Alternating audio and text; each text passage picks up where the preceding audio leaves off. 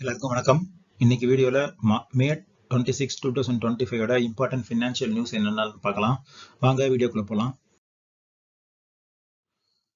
செபியோட board வந்து June மாசம் meet பண்ண போறாங்க. ஒரு சில ரெகுலேஷன்ஸை ஆப்டிமைஸ் பண்றதுக்கு அவங்க வந்து ஒர்க் பண்றாங்க. ஃபர்ஸ்ட் வந்து கம்பெனிஸ் வந்து QIPs பிளேஸ் பண்றதோட ப்ராசஸை வந்து ஸ்ட்ரீம்லைன் பண்ணி அதை கொஞ்சம் ஈஸி பண்றாங்க. QIPங்கிறது ஆல்ரெடி லிஸ்டா இருக்க கம்பெனி வந்து ஃபண்ட் ரைஸ் பண்றதுக்கு QIPs பண்ணுவாங்க.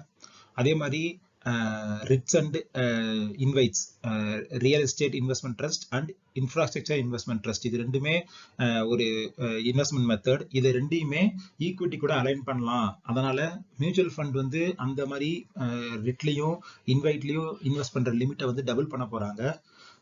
அப்படிங்கிற டிஸ்கஷனும் அந்த போர்ட் மீட்டிங்ல நடக்க போகுது.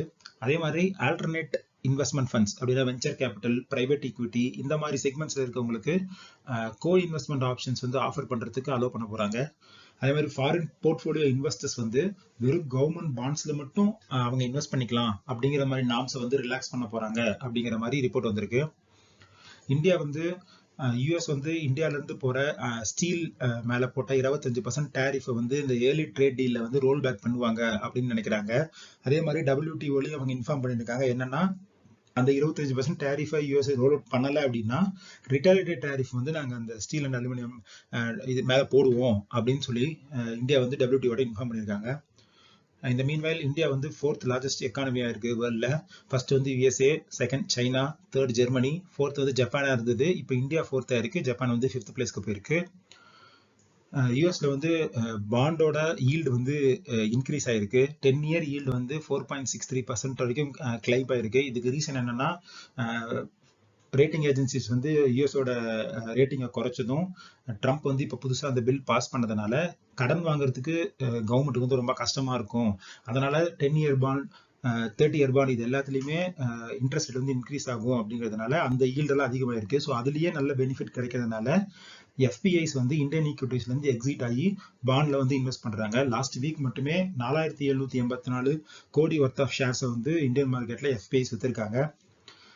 ZenIZ ஒர்க்கிங் ஃபோர்ஸ் பத்தி ஒரு ரிப்போர்ட் வந்திருக்கு. அதுல என்ன சொல்றாங்கன்னா, அந்த யங் ஒர்க் ஃபோர்ஸ்ல half of the work force வந்து பேச்செக் டு பேச்செக் தான் வந்து லிவ் பண்றாங்க. அவங்க கிட்ட எந்த சேவிங்கும் இல்லை, சேலரி டு சேலரி அவங்க வந்து அவங்க லைஃப் லீட் பண்றாங்க அப்படின்னு சொல்றாங்க. ஷெட்யூல்டு கமர்ஷியல் பேங்க்ஸோட கடன் வளர்ச்சி வந்து 10.9% இருக்கு as of May 2, 2025. இது லாஸ்ட் இயர் இந்த பீரியட்ல 15.9% இருந்தது. ஸோ கடன் வளர்ச்சி வந்து குறைஞ்சிருக்கு. அதே மாதிரி அவங்க வாங்குற டெபாசிட் growthம் பாத்தீங்கன்னா லாஸ்ட் மார்ச் வந்து 10.6% இருந்தது, இப்போ 10.3% குறைஞ்சிருக்கு. ஸோ போத் கடன் கொடுக்கறது, டெபாசிட் பேங்க் வாங்குறது, இது ரெண்டுமே growth வந்து ரொம்ப கம்மியா தான் இருக்கு.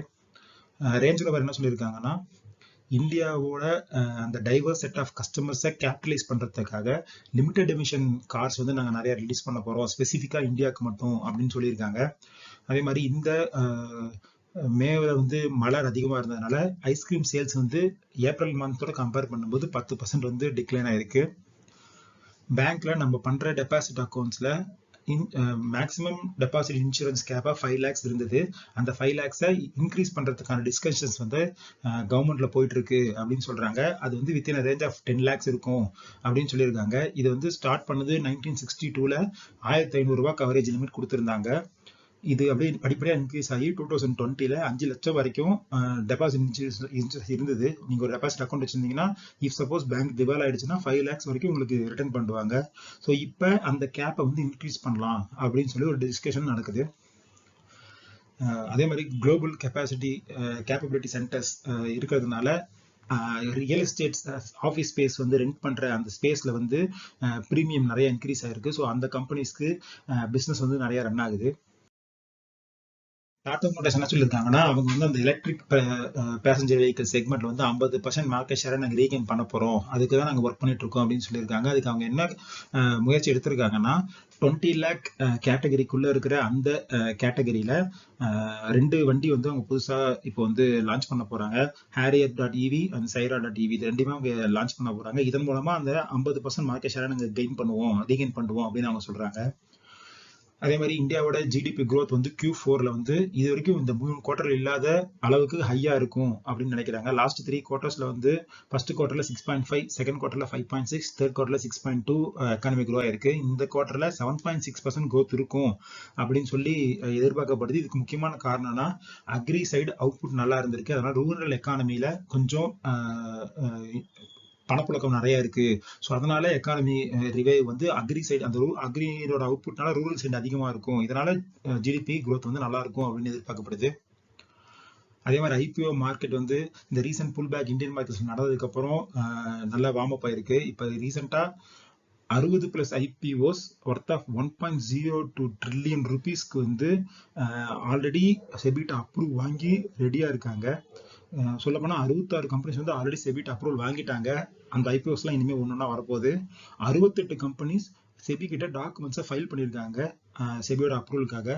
ஆக்சுவலி அப்ரூவ் ஆன சில கம்பெனிஸ் பார்த்தீங்கன்னா LG electronics, Credila financial services, JAW cement, இந்த மாதிரி பெரிய பெரிய கம்பெனிஸ் எல்லாமே ஆல்ரெடி அப்ரூவ் வாங்கிட்டாங்க. ஸோ அவங்க இனிமேல் ஐபிஓ வர போகிறாங்க. ஐபிஓக்கு ப்ராசஸ் டாக்குமெண்ட்ஸ்லாம் சப்மிட் பண்ணி வெயிட் பண்ணுற கம்பெனிஸ் பார்த்தீங்கன்னா டாடா கேபிட்டல், அந்த ஹெச்டிஎஃப்சி ஃபினான்ஷியல் சர்வீஸ், ஹெச்டிஎஃப்சி பேங்கோட ஒரு சப்சிடரி, ஸோ ஹீரோ ஃபின்கார்ப், இவங்க எல்லாருமே அந்த டாக்குமெண்ட்ஸை சப்மிட் பண்ணிட்டு செபியோட அப்ரூவலுக்காக வெயிட் பண்ணுறாங்க. அப்புறம் இந்தியன் ஃபார்மா இண்டஸ்ட்ரி வந்து இந்த யூஎஸ்ல ரீசெண்டா வந்து ட்ரம்ப் வந்து ஒரு நோட்டிபிகேஷன் ஆர்டர் கொடுத்திருந்தாங்க எல்லா ஃபார்மேட்டிக்கல் கம்பெனிக்கும். என்னன்னா அந்த அமெரிக்கால இருக்க ஃபார்மேட்டிக்கல் கம்பெனிஸ் வந்து அவங்களோட ரேட்டை குறைக்கணும் அப்படின்னு சொல்லி அவர் வந்து 30 நாள் டைம் கொடுத்து ஒரு சைன் பண்ணியிருந்தார் ஆர்டரு. ஸோ அதனால இந்தியன் ஃபார்மா இண்டஸ்ட்ரி மேல கொஞ்சம் ஹிட் இருக்கும், அவங்களோட ரெவன்யூவை கொஞ்சம் குறைக்கும் அப்படின்னு சொல்லி சொல்றாங்க. ஏன்னா இந்தியால இருந்து ஆகிற ஃபார்மா எக்ஸ்போர்ட்ஸ்ல 35% வந்து யூஎஸ்க்கு தான் போகுது லாஸ்ட் ஃபினான்ஷியல் இயர் படி. அதே மாதிரி யூஎஸ்ல பிரிஸ்கிரைப் பண்ற ட்ரக்ல as per 2022 42% வந்து இந்தியாவில் இருக்கிற கம்பெனிஸ் கொடுக்குற ட்ரக் தான் வந்து பிரிஸ்கிரைப் பண்ணப்படுது. இது வந்து 2013 22% இருந்தது. இது ஏறி 2022 42% இருக்கு. அதே மாதிரி பார்த்தீங்கன்னா இந்தியன் ஃபார்மா மேஜர்ஸ்ல வந்து யூஎஸ்ல இருந்து ரெவன்யூ ரொம்ப அதிகமா வாங்குறது பார்த்தீங்கன்னா Gland pharma, doctor Reddy, Aurobindo pharma, Zydus life sciences, இவங்க எல்லாருக்குமே 50% ஆஃப் ரெவன்யூ வந்து அமெரிக்கால தான் இருந்து வருது. ஸோ இந்த ரீசன்ட் ஆர்டர் ஆஃப் ட்ரம்ப்னால இந்த இம்பாக்ட் இருக்கும், இந்த கம்பெனிஸ்க்கெல்லாம் ரெவன்யூல இம்பாக்ட் இருக்கும் அப்படின்னு நினைக்கிறாங்க.